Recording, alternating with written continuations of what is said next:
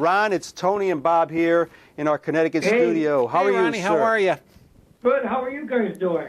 We're doing very well, Ron. And again, we want to thank you for your cooperation and willingness to appear on the show. It's a pleasure to have you.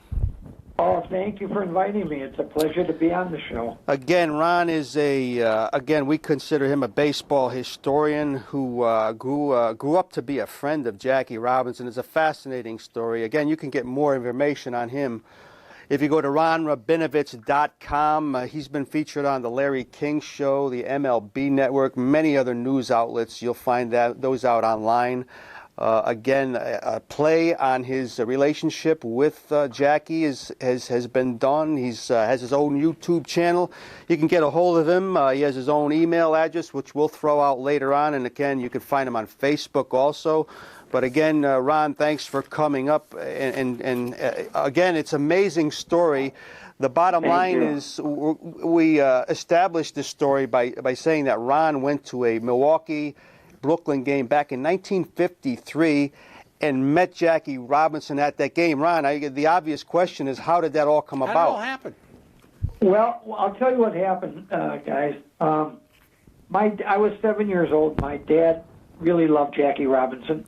My dad was very active in politics, and he was way ahead of his time as far as civil rights. So he admired the Dodgers because they signed Jackie, and he followed his career. So he told me a lot of stories about him, and he said, "How would you like to meet him someday?" And I said, "Boy, would I love that." Well, unbeknownst to me, he wrote Jackie a letter, and he didn't want to tell me in case Jackie didn't respond. He didn't want me disappointed. So one day I come home from school, and laying face down on my bed was an envelope, and the back of the envelope said Jackie Robinson. And I grabbed it, and I ran to the kitchen, and I said, Mom, I got a letter from Jackie. I got a letter from Jackie. And then I called my dad in his office to tell him about it, and he was so excited. And I went back to my room, and there was a autographed picture and a little note. He said that he'd love to meet me when the club is back in Milwaukee playing the Braves. At that time, the Atlanta Braves were the Milwaukee Braves. Right. So we went to a Dodger Brave game, and it was the first game I was ever at that I couldn't wait for it to end because I knew what was going to happen later. So we went down to the locker room and waited for him to come out. And when he came out, I ran up to him with about 50 other kids. And I said, "Jackie, I'm Ronnie Rabinovitz. Do you remember me?" He said, "Sure I do." And my dad's standing over my shoulder. He said, "Sure, Jackie. With the thousands of letters you get, how would you remember?" He says, "No, I remember your dad wrote me on lawyer stationery. My father was an attorney." And from that time on, we became the very dearest of friends. He told me to stay in touch, and I said, "My God, he wants to hear from me again." Yeah. So I wrote him a letter, Jackie Robinson, Stamford, Connecticut, no address, no zip code, and he got it. He'd write back to me, Ronnie Rabinovitz, Sheboygan, Wisconsin, no address, no zip code. I'd get it. Jeez. It was unbelievable, you know. And, I mean, these were long letters, guys. This wasn't like, "Dear Ronnie, best of luck, Jackie." These were long, long letters. And he told me about his family, about his life. And we used to see him all the time in Milwaukee. Kind of, if you remember, 1953, he was already starting the tail end of his career. That was the year the Braves moved from Boston to Milwaukee. Mm-hmm. But we stayed in touch, and in September of 1955, we were at the game. Now, we always went to all the games. We used to we'd get tickets right on the third base side, right by the Dodger dugout. So they used to play this game called Pepper. Yes. Remember what that was? Oh, absolutely. Ball players would play it that. It should be played today. They outlawed it. Yes. So then he would, every once in a while, he'd flip a ball to me, you know, and other kids would say, "My God, how did that happen?" You know. So 1955 was my birthday, September. He had a home run. And as he was rounding third, he waved to me like that one was for me. And then that night was my birthday party at a restaurant in Milwaukee, and he came with us. And here I had Jackie Robinson singing "Happy Birthday" to me. It was my 10th birthday. It was probably the best birthday I ever had. I was so excited to have him there. Amazing, you know. He got in our car, and these other kids are looking like, how did that happen? Yeah. But that's just a great guy. It's just a wonderful man. It's just a fascinating story. And all this is happening to you, Ron, 8 years old, 10 years old, like you had mentioned. When did you fully realize obviously a lot came out of the letters and everything and the constant communication, but when did you finally, I guess, realize how much this guy had gone through in the 40s and what kind of trailblazer he truly was? Well, I heard a lot about it. You know, at that time, at my age, I just loved him because he was helping my Dodgers win pennants. Yeah. But as I got older, I realized how much more than baseball he was. This man changed America, and he did it alone. They say Babe Ruth changed baseball. Jackie Robinson changed America. And just imagine the guts, the courage, the dedication, the horrific abuse this man took because he wanted to play baseball. I mean, talk about bullying. Jackie was bullying firsthand, saw bullying firsthand. You know, I was in Los Angeles a year and a half or so ago. Larry King flew me out to do an interview. And he's telling me a story that the first time he interviewed Martin Luther King, he introduced him as the founder of the Civil Rights Movement. And Martin Luther King stopped him and said, Larry, I have to correct you. I'm not the founder. Jackie Robinson was. Isn't that amazing? And he was. It was way before Martin Luther King. It was way before Board of Education. It was way before Rosa Parks. It was way before the Civil Rights Movement. And, I mean, it was just an incredible man. He was an incredible man. Now, I go around the country and I speak to companies, to organizations, to schools, whoever will hear me. I've been to New Jersey a few times. I've been at Unilever and several other places. I've been at the Hall of Fame in Cooperstown twice. They brought me in there to speak, and I go everywhere to talk about Jackie. And I want people to know, in 1987, on the 40th anniversary of his breaking the color line in baseball, I had heard that Major League Baseball was going to honor Jackie. And I wanted to be part of it in some way, and I didn't know how. So I called Major League Baseball in New York, and one person led me to the next, to the next, to the next. I finally talked to the producer of the Game of the Week. You remember they used to be on Saturday afternoons. Oh, very, yeah. Big time. Yeah. So I sent him a couple copies of letters for authenticity. He said, this is incredible. He says, unfortunately, I've got Don Newcomb, Pee Wee Reese, Roy Campanella, Rachel Robinson. Your story would get lost. So I said, look, I'm not looking for anything. All I want to do is tell a story of a man and a boy. Where should I go? And he said, I just hung up with a reporter from the Chicago Sun-Times. Give him a call. So I gave him a call. He called me back. We spoke for an hour on the phone. He ended up flying to Minneapolis, and where I live now. And he spent the whole day with me and my family. And as I'm driving him back to the airport, I said, Brian, how big of an article do you think this will be? And he says, well, you know, the Sun-Times is like a tabloid, like a magazine-type format. He says, probably 2 pages. He says, my God, that would be fabulous. Well, it came out that Sunday. It was a 4-page story. He won an award from the AP as the best public interest story of 1987. Then the Minneapolis Star and Tribune called me, and they wanted to do a story. Then I get a call from a school. Would I come in and talk? I said, I'd love to. So I go in, so I said, okay, kids, how many of you ever heard of Jackie Robinson? And this little boy stood up and said, no, who is she? Who is she? I said, who is she? And then I realized, how would they know? So that's how it started, that I wanted to talk about him, and I wanted no one ever to forget him. Fortunately, today, all the kids know about him because of Black History Month, and the curriculum. It's part of the curriculum, and the teachers are included in this, and they do a great job. Well, but that's how it all started. It's really great because from what you've told me, and Tony, having grown up in Stamford, Connecticut, where Jackie lived for years and years, would tell me stories, especially the day he passed away and all that. Incredible stuff, and it's just all meshes together into great things. Tony, question for Ron. And Ron, first of all, good evening. Thank you for being with us. And you bet, my pleasure. The letters that you and Jackie corresponded with, how many letters do you have? And does one letter perhaps stand out from the rest? There's a couple of them that are really, really amazing. And I can read some excerpts from both of them, if you wouldn't mind. Not at all. Oh, absolutely. Okay. Here's one that says, Dear Ron, this was after he retired from baseball. Dear Ronnie, it was good hearing from you. I hope everything is fine at home. My family is fine. We have had a nice summer, and with school just around the corner, we're getting prepared. You're very kind to say the nice things you did.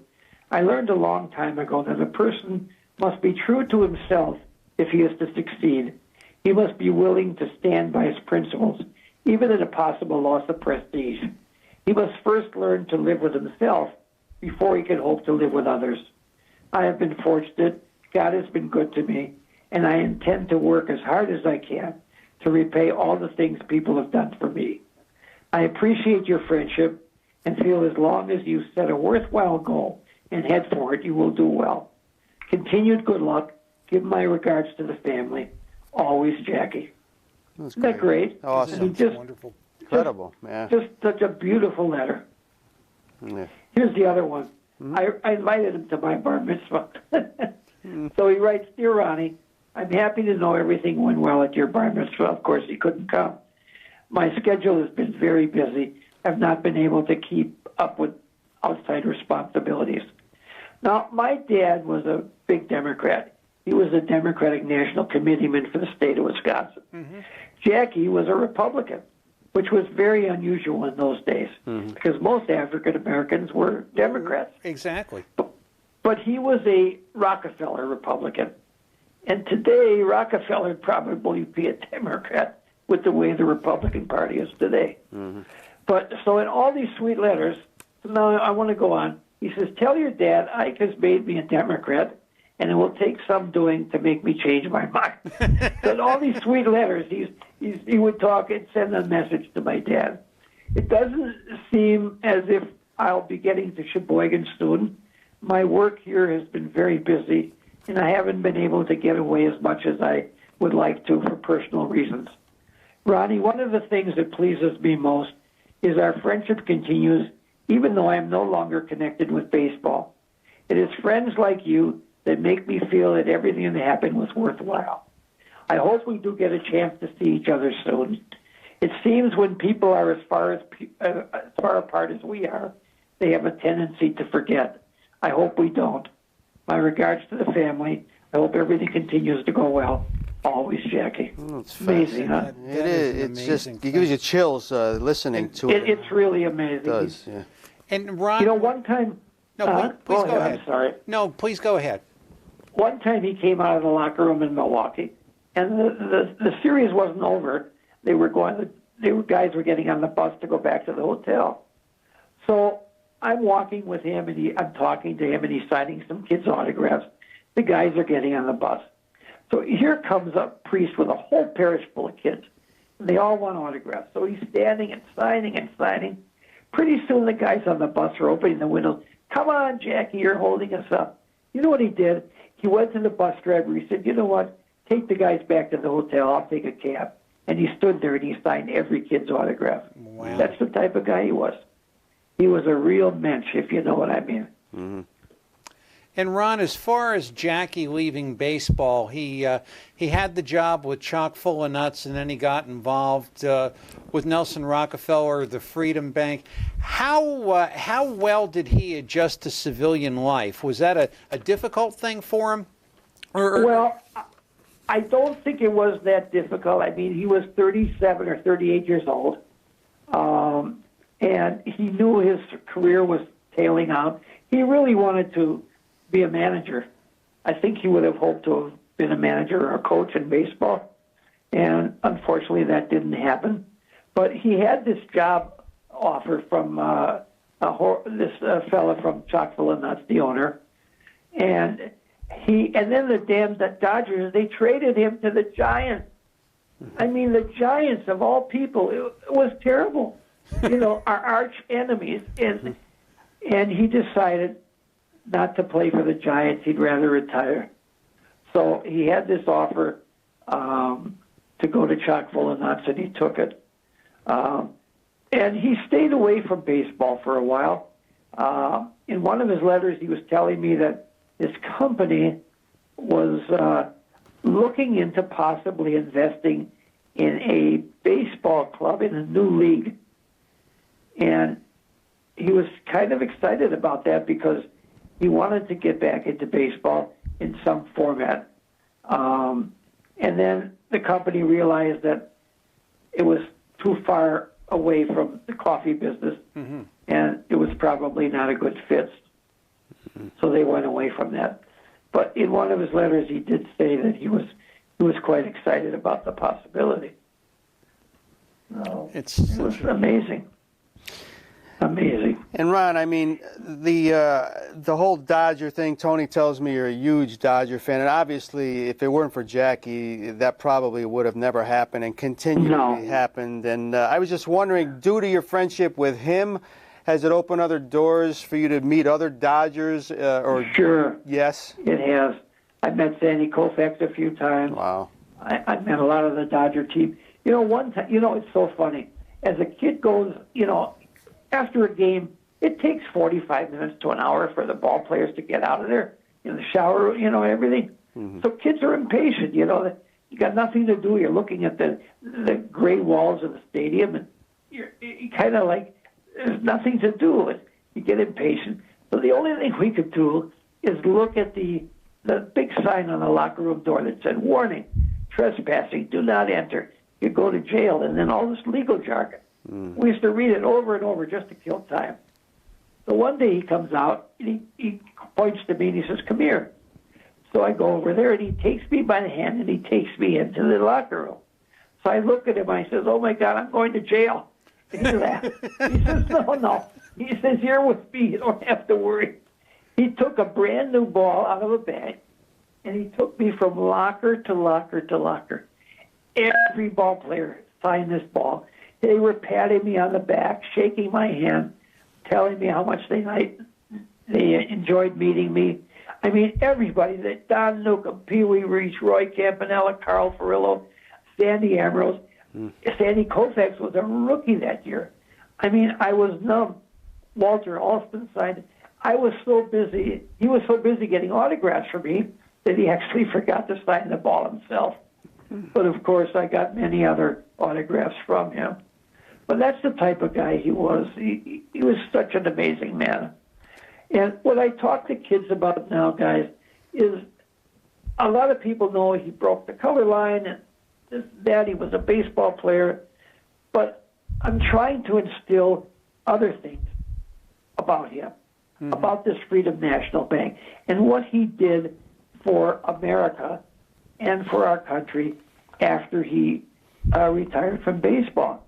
I mean, not only, like you had mentioned, he founded the Freedom National Bank because other financial institutions discriminated against African Americans by denying them loans and setting interest rates artificially high.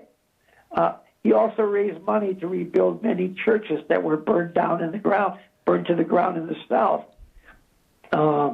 He was so involved in the civil rights movement, and it wasn't even the civil rights movement at that time. Martin Luther King once said of Jackie, "A pilgrim that walked in the lonesome byways toward the high road of freedom. He was a sit-inner before sit-ins and a freedom rider before freedom rides." And it's true. He was. And Ron, that's interesting. As far as if Jackie were around today, viewing the landscape of politics, race, culture, real news, fake news, you name it, what do you think he'd be thinking? I think he would not be happy at all. I think he would just be. I think he'd be spinning in his grave, and actually, so would my father. My father was very dear friends with the Kennedy family. My dad got to know them in 1958. And Matter of fact, Jack and Bobby both slept in our home. And he was the one instrumental in talking Jack Kennedy to run in the Wisconsin primary in 1960, because he felt if he could beat Hubert Humphrey in his backyard, it would help him now catapult him to the nomination, which in fact it did. So he took me out of high school off and on for 6 weeks, and I traveled around the whole state with the Kennedy family and got to know them well. I was a gopher. You know, Jack would never eat at a banquet. By the time he got to his food, it was cold. So I'd be up in his suite, and I'd say, Ronnie, he'd say, Ronnie, get me the usual. And I'd run down the back steps of the kitchen to the chef, and the usual was a cup of clam chowder soup, a peanut butter sandwich, and a glass of beer. And I would bring that to him. I mean, it was amazing. So my two heroes, other than my dad, who was my superhero, were Jack and Jackie, Jack Kennedy and Jackie Robinson. So I was very, very fortunate as a kid. I really was. Great story. And we've got about a minute left, Ron. Sure. Take me back to the day that he passed away. Your thoughts, where were you? And tell us about that. I was at home, and I heard a bulletin that came by. I was with him about 6 months before he passed away. I moved to Minneapolis in 1966, and I was a sales rep. So I used to sell children's clothing, and I'd get to New York quite a bit. So every time I get to New York, I'd call him, and many times we'd have lunch. If he was too busy, maybe we wouldn't have lunch. We'd just talk on the phone. But I was with him about 6 months before he passed away, and we met for lunch. He was in really rough shape. It was actually shocking. You know, he suffered from diabetes for many years. He had had a heart attack. He was blind in one eye and going blind in the other eye. And I had to take him by the arm and help him into this restaurant. And I felt so sad because I remembered him dancing up and down those bases and driving those pictures crazy. And now I was helping him. And he was so happy to see me. And he wanted to hear all about my family, and I, of course, about his. And after lunch, I hailed him a cab. I leaned in, I kissed him on the cheek. I got him settled, leaned in and kissed him on the cheek, and told him how much I loved him. And as that cab disappeared into space, I was standing on that corner. There were tears running down my eyes, down my cheeks, because I knew I'd never see him again. You know, so when he did pass away, I was not surprised, but I was very saddened. I saw him on television 8 days before he died. He was honored at the World Series in Cincinnati. I watched that game. You remember? Yes, I do. And he said, "Thank you very much, but I won't be happy until I see a black face as a manager in baseball or an African-American general manager." 8 days later, he was dead. Yeah. And on January 20th, 2009, I wrote an article that was published in the newspaper entitled, "I wonder what Jackie would be thinking today," because we had just inaugurated our first African-American president. It was fascinating. And he would have been so proud. Yeah. And, you know, a lot of the politicians, or a lot of newscasters referred to Barack Obama as the Jackie Robinson of politics. And, I mean, it shows you how he broke doors, not only in baseball, but in the business world, in everything. You know, I don't know if you saw this documentary that Ken Burns did called Jackie Robinson. It was phenomenal. Yeah. It was just phenomenal. I don't know if you guys saw it or not. No, Yeah, we'll have to. It was. Believe it or not, Ron, Yeah. believe it or not, we're out of time. Are we? We are, Ron, but hey, we could Okay. probably have this conversation at another time, but we can't thank I you would enough love it. for the memories. It's been great. It's been and wonderful. thanks for coming on. We'll be in touch, It's sir. been a pleasure. Thank you, sir.